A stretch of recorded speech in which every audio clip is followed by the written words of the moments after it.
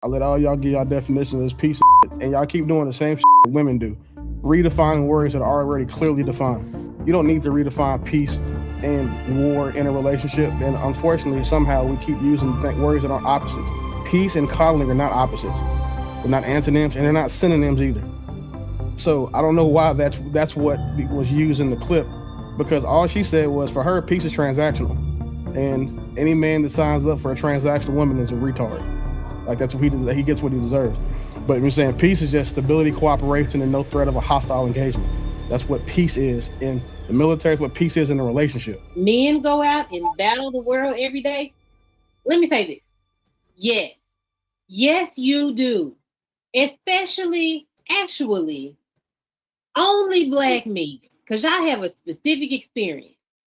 And I get it, and I am going to validate you in that experience.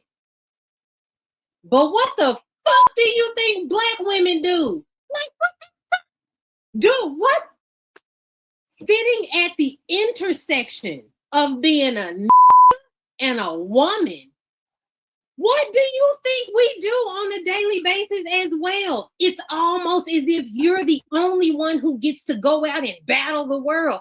We have to be called all types of shit for just walking out of the house.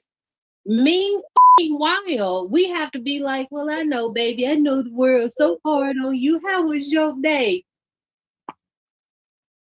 Black men have got to stop wanting to be coddled. I want to come home and I want you to be pleasant. It's not a pleasant day because you left the toilet seat up with piss on it. I'm just trying to figure out, like, it's not a pleasant day. You cannot come home every day and have pleasantries because you're not a pleasant nigga to deal with all the time.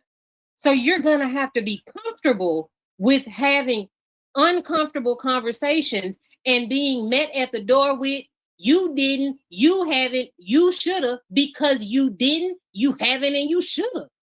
So I'm like, if you want peace, be a peaceful nigga. Unfortunately, you're not a peaceful nigga all the time, so you're not met with peace all the time. I can't be unhappy, unsatisfied, and have complaints and have to come to the door and like, let me suck it real quick. Like, I'm not doing that.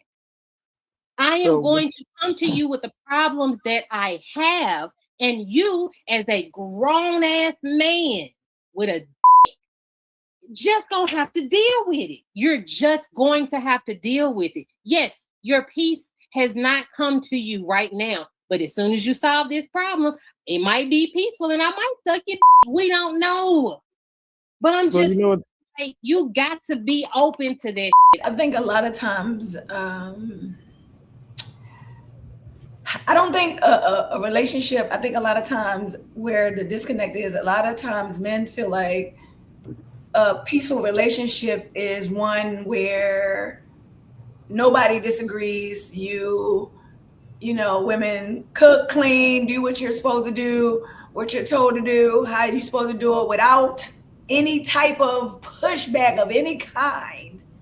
And I think maybe that's where it is, where women, if we feel a certain type of way about something and we want to relay it, also on the women's side, we should relay it in a manner that's respectable, or talk to men how we would want to be talked to as well. And I think that when we bump heads, women, we want to say what we want to say, how we want to say it. Men ain't listening because of how you talking to, you know what I mean? And it just be like, you know, we bump heads. So anytime men say, I want peace, it's mainly our mouths that they want. Excuse me. So what you mean? You mean the tone? You saying that men need to? Yeah, like your delivery. No, they scared, men are scared of tone, because I always hear men say, "Hey, it's not my tone; it's what I say to you. It's all about the meat in the conversation." So you're saying men, though, they cannot take certain tones. No. So women, when we ask, if I say, "Hey Willie, why'd you do X, Y, and Z?" versus, well, why do you do X, Y, and Z? You know, it could come off a different way. Now Willie's defensive because of how I came off at him when I'm merely call myself trying to ask a question. So I think that what we say and how we say it in a matter of conflict is what partially has to do with somewhat a man's peace, because that's all I hear men say. I want women to just be real quiet. quick, Sharon. And that's the problem between the peace and the Coddled part, right? So one is meeting the conflict where I hope he doesn't have an attitude. And peace is, it doesn't matter the tone. We got to deal with this uncomfortable situation. I'm angry. It is what it is. If I screamed in the moment and I was angry, it is the spouse's job to hear what you are actually saying and then bring the situation back down so we can have a peaceful conversation. So it doesn't matter the tone in a real healthy relationship. I don't give a damn about your tone. What is your problem? What's your, okay, your tone is supposed to give me the understanding how severe this situation is to you. Because it might not be severe to me. I might not really give a damn about pitching on the goddamn toilet seat. It's not a big deal to me pitching on the toilet seat. Get a damn napkin to clean it up. But if you say with a lot of conviction, I gotta say, oh, this is really bothering my spouse. I gotta look at it with a different lens. So we shouldn't be looking at peace as a tone situation. We should be looking at the meat. It's how we. Hold on, it is a tone. You would tell your wife to get a napkin and clean it up like that.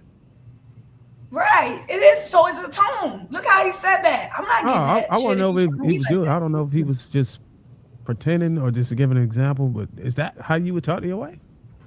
Right. It was just an example of the back and forths. It doesn't matter of the tone. If I say it in a nice way, it's still very highly disrespectful. So just because I say it in a nice tone doesn't mean that I'm being less disrespectful.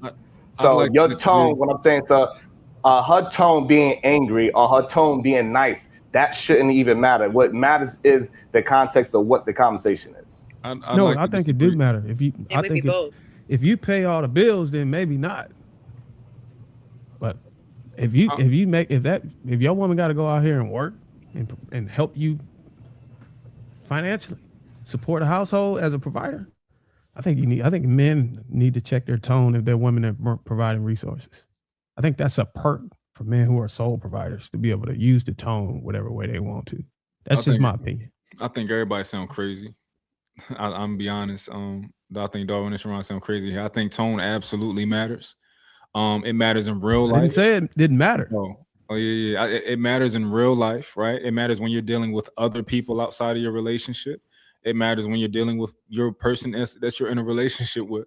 Like, most of communication is not the words that are coming out of your mouth, right? It's the way you say it. It's the way you look. It's the intention the intention of how you say it. I can say things a bunch of different ways. I can say things to make you do stuff, right? I can say a word in a way that makes you want to fight me. And I know it's going to make you want to fight me because I wanted you to hit me first, right? I can incite this in you. I can control people with my words.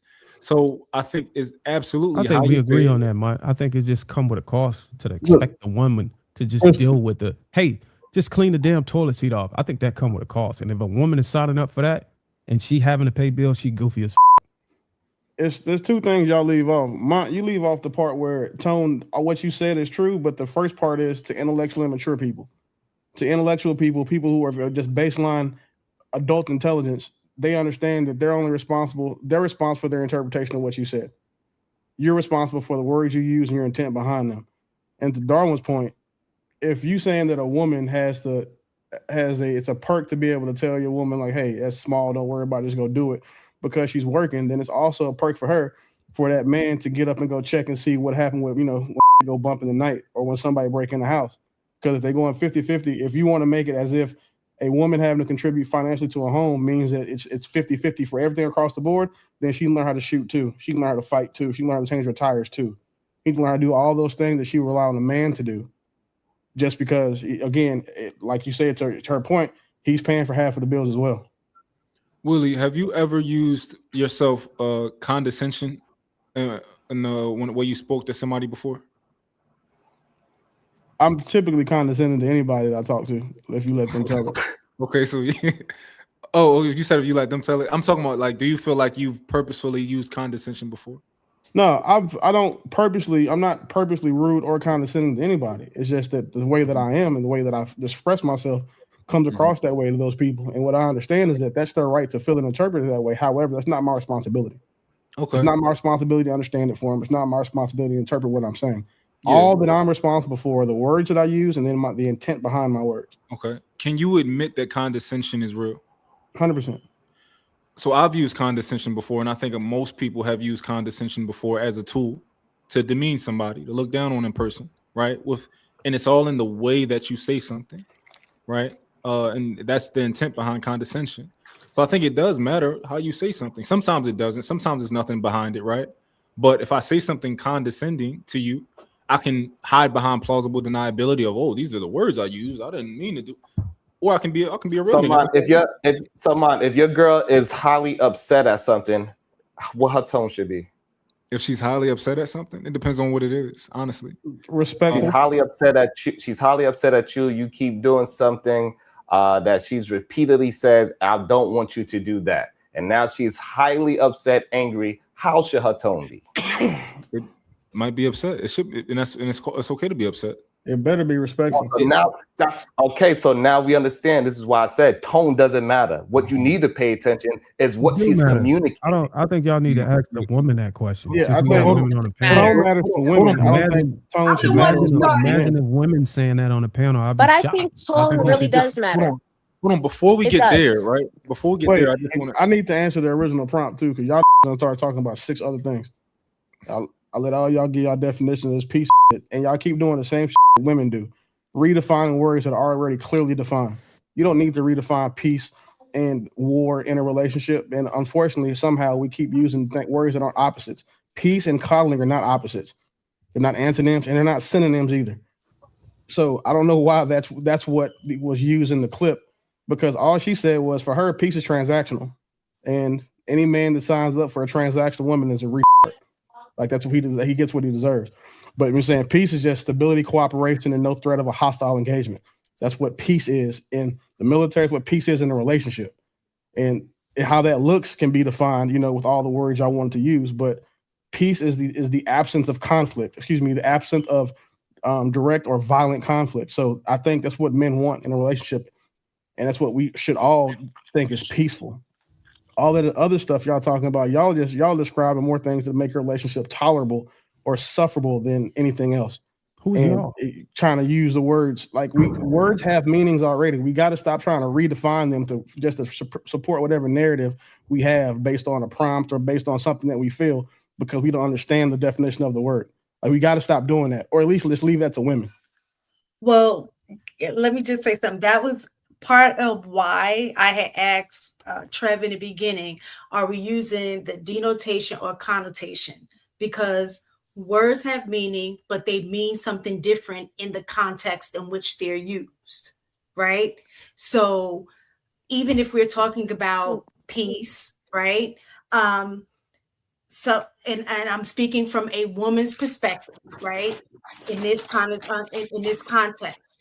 So I had wrote down something. So in terms of what's actually said versus what is actually meant in action. So when men talk about, oh, I want a woman that's drama free, right?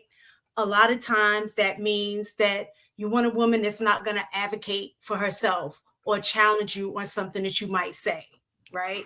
Or if they say, oh, she's low maintenance, I ain't got to worry about, that really means on the other end in practice that she doesn't necessarily inconvenience him, right? Because she puts her needs on the back burner to make sure that your needs are met. Another one put that when like you say, oh, she's peaceful, she don't cause me no drama, like that kind of stuff, is that a lot of times she's taking on the emotional weight of you, like as a man, in that regard. So she's downplaying how she feels to protect your ego, right? So all of those things, that's what I'm saying. The connotation of things is very different than the denotation. So denotation, you're absolutely right. But the connotation in which those things are played out are very different because it's operating in a different context. Can we get back to where we left off?